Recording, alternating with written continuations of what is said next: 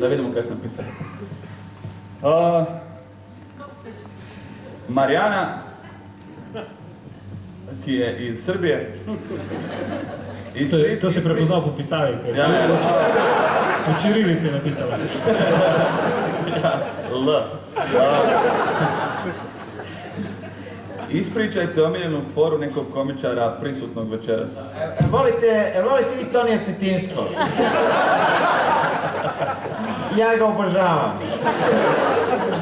Jer to on ima realne tekstove. Osim onog umirem 1000 puta na dan.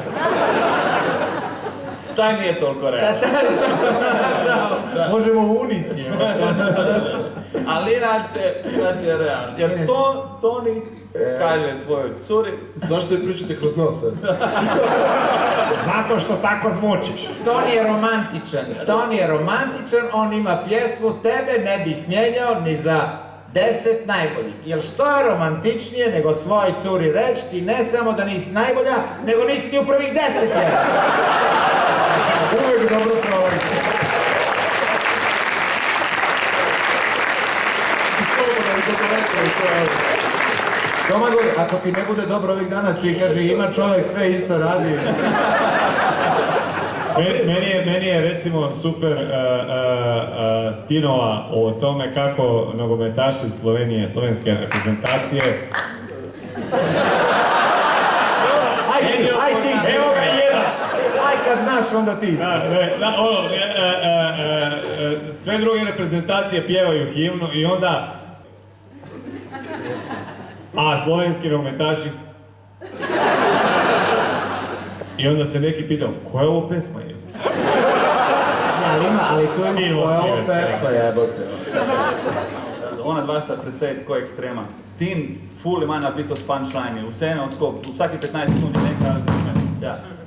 In non-stop je tako, a se mi smijo, a se mi smijo, a se mi smijo, okej, vi se ne smijete, a vi se in ti si tako ga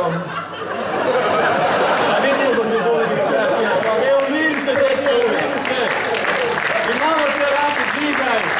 Volimo te. To sam rekao.